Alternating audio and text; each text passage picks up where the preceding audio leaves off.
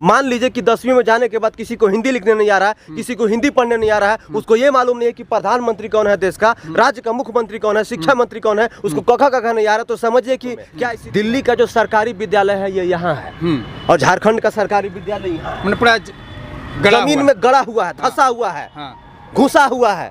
लेकिन दिल्ली का सरकारी विद्यालय आसमान में। स्वागत है ग्रीन लाइन में। जोहार। कैसे हैं? बढ़िया जी, ठीक ठाक है। अपना सबको आप भोकाल दिखाते हैं, तो ये भोकाल जो है क्या मतलब है भोकाल से? देखिए, भोकाल से मतलब ये है कि सच्चाई हम वो दिखाते हैं जो कोई नहीं दिखाता है। आज जितने भी ज़्यादातर जो पत्रकारिता कर रहे हैं वो ज़्यादातर पॉलिटिकल न्यूज़ की तरफ जा रहे हैं, लेकिन वो जो झारखंड देश, हमारा जो देश है गांव का देश है, 75 से 80% आबादी गांव में बसता है। तो गांव में पत्रकारिता करने कौन जाएगा? गांव की समस्या कौन दिखाएगा? गांव के जो बूढ़े बुजुर्ग हैं, जो बेरोजगार युवा हैं, उनकी समस्या कौन दिखाएगा? हम जैसे लोग दिखाते हैं आके। चलिए उस पर बात करें, लेकिन आप जो जिस समय चैनल को जो बना रहे थे तो भोकाल ही क्यों नाम रखे? कुछ अदर भी रख सकते थे। भोकाल नाम रखने का पर्पस, भोकाल मतलब एक डर भी होता है यार। भोकाल का मतलब डर नहीं होता है। यूपी में एक शब्द चलता है भोकाल, मतलब यार ये निडर आदमी है, ये बेधड़क आदमी है, ये एकदम जो भी कहता है एकदम दिल खोल के कहता है। तो मैं वही कहता हूँ जो मुझे दिखता है। आज हम लोग जहाँ पर खड़ा है रामगढ़ में स्थित है। रामगढ़ में बहुत सारे युवा जो है आज चुनाव लड़ रहे हैं, पर्चा भर के चुनाव मैदान में। क्यों चुनाव मैदान में कूद गए? इसलिए कूद गए क्योंकि सरकार कहीं से भी सफल नहीं रही है रोजगार देने में, वो असफल रही हर जगह से। तो इस वजह से युवा आज चुनाव लड़ रहे हैं और नेताओं को चैलेंज कर रहे हैं कि हम जो है आपके साथ, आपके कॉम्पिटिटर हैं।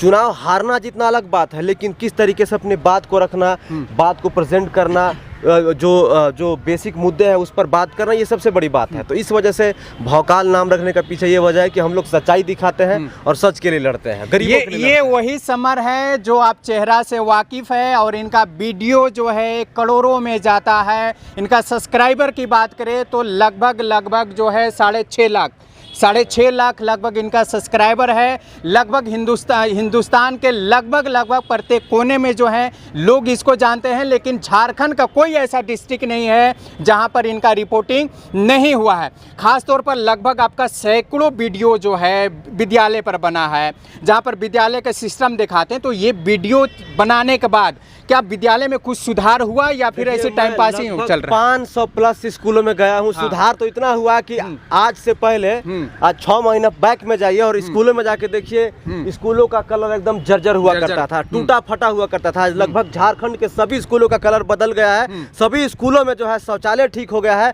सभी स्कूल समय पर आते हैं। और इस बात को लेकर, ये जो सारी समस्या, उस चीज को लेकर हमने शिक्षा मंत्री से भी सवाल पूछा था। उन्होंने भी कहा कि आप बिल्कुल दिखाइए। और बदलाव तो इतना हुआ है, आप चले जाइए किसी भी स्कूल में और जाके देखिए और पूछिए शिक्षकों से कि भोकाल टीवी वाले को जानते हैं कि नहीं जानते हैं। 1-2 विद्यालय ऐसे बताइए जिसमें आप पहले गए थे, विधि व्यवस्था खराब थी और सही होने के बाद आप उनको पुनः दिखाए हैं। कोई ऐसा विद्यालय? गढ़वा के आप जहाँ से आए वहीं पर एक गढ़वा प्रखंड में एक स्कूल है, दरमीन आबादी, वहाँ पर जाके देख लीजिए। सबसे पहले उस स्कूल को हम दिखाए थे। पहला कैसे था व्यवस्था वहाँ? एकदम जर्जर था, कुछ नहीं था वहाँ पे, कुछ भी नहीं था, न चापाकल था, न पानी था, न लैटरिन था, कुछ नहीं था। अब जाके देख लीजिए। मनमानी शिक्षक लोग करते थे, सब शिक्षक लोग मनमानी करते थे, समय पर आते थे नहीं आते तो वो तो ठीक है, लेकिन जो विधि व्यवस्था था, जो आधारभूत चीजें थी, वो बदल गया। आप जाके देख लीजिए, वहाँ पर कंप्यूटर लग गया, वहाँ पर चापाकल बन गया, नल जल वाला योजना आ गया, तमाम तरह की चीजें आ गई। तो और क्या चाहिए? जिस हिसाब से आप निडर होके जो है किसी से सवाल पूछते हैं, या तो फिर आपको डर नहीं लगता है जो कोई आक्रमण कर दे? काहे लगेगा भाई, हम किसी का जमीन थोड़ी लूट रहे हैं। अगर मान के चलिए किसी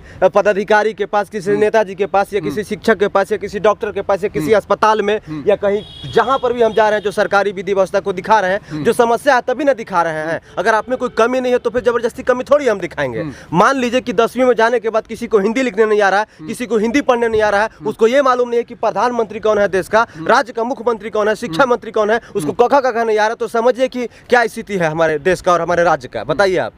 बता दीजिए, विद्यालय में जिस समय इनका स्टार्टिंग था और हम लोग देखे थे जो अभी जो यहाँ के मुख्यमंत्री है हेमंत सोरेन हैं, लेकिन विद्यालय का जो लिस्ट था, जो चार्ट था, कहीं ना कहीं जो है रघुवर दास का नाम लिखा था। लेकिन इस पर जो आवाज़ उठाए, आज प्रत्येक विद्यालय का जो है सिस्टम कहीं ना कहीं सुधर गया है। लेकिन ये सिस्टम जो है आप सिर्फ झारखंड में ही दिखाते हैं कि झारखंड से बाहर भी आप दिखाया ऐसा? देखिए, पहले मैं झारखंड का मूल निवासी हूँ, मैं यहाँ का रहने वाला हूँ। तो मैं पहले चाहूँगा कि हमारा घर सुधरे। जब घर घर सुधर जाएगा तो हम दूसरे के घर में देखेंगे। अब मेरा घर चू रहा है, हम बगल वाले के घर में देखेंगे कितना पानी चू रहा है। वीडियो जो है आप दिल्ली में भी जाके दिल्ली में भी दिखाया है। दिल्ली का विद्यालय और झारखंड के विद्यालय में क्या देखिए, अगर ऐसे कंपेयर कीजिएगा तो फिर वो बहुत वो होगा, लेकिन आसमान और जमीन का अंतर है। मैं ये बताऊंगा एक शब्दों में, दिल्ली का जो सरकारी विद्यालय है ये यहाँ है और झारखंड का सरकारी विद्यालय यहाँ है। पूरा जमीन में गड़ा हुआ है, धंसा हुआ है, घुसा हुआ है, लेकिन दिल्ली का सरकारी विद्यालय आसमान में है।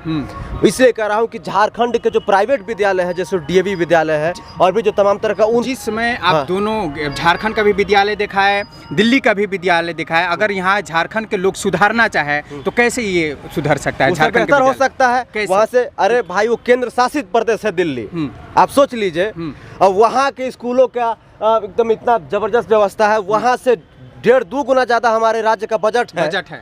हमारे राज्य का बजट है, फिर भी हमारे यहाँ का स्कूल भिगमंगा पड़ा हुआ है, जर्जर स्थिति में। ऐसे ही कोई आया कोई गया, लैट्रिन कर रही यहाँ तो धोने जाइए, वहाँ धोइए, वहाँ तो लैट्रिन करिए यहाँ। अरे महाराज, क्या चल रहा है? अच्छा, एक वीडियो आपका काफी तेजी से वायरल हुआ था, किसी विद्यालय में गए थे, धक्का मुक्की हुआ था। क्या ये सब तो देखिए जाहिर सी बात है, अगर मैं आपके खिलाफ कुछ चलाऊंगा आपको बुरा लगेगा ही, धक्का चलाइएगा। आप देखिए, बहुत सारे लोग आराम से इजली कर देते हैं कि अरे यार 200-400 रुपया लेने आया होगा। आप ही बताइए कि आप गढ़वा से है ना, गढ़वा से रामगढ़ में पैसा लेने आए हैं 400 रुपया, क्या 400 से आपका जीवन चल जाएगा?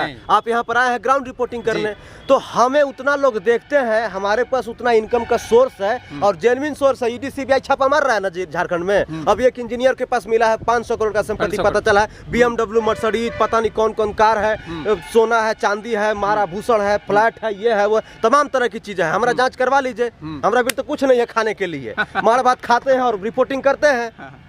तो जाहिर सी बात है, अगर आपके बारे में हम दिखाएंगे तो आपको बुरा लगेगा, तो धक्का मुक्की तो कीजिएगा ना जी।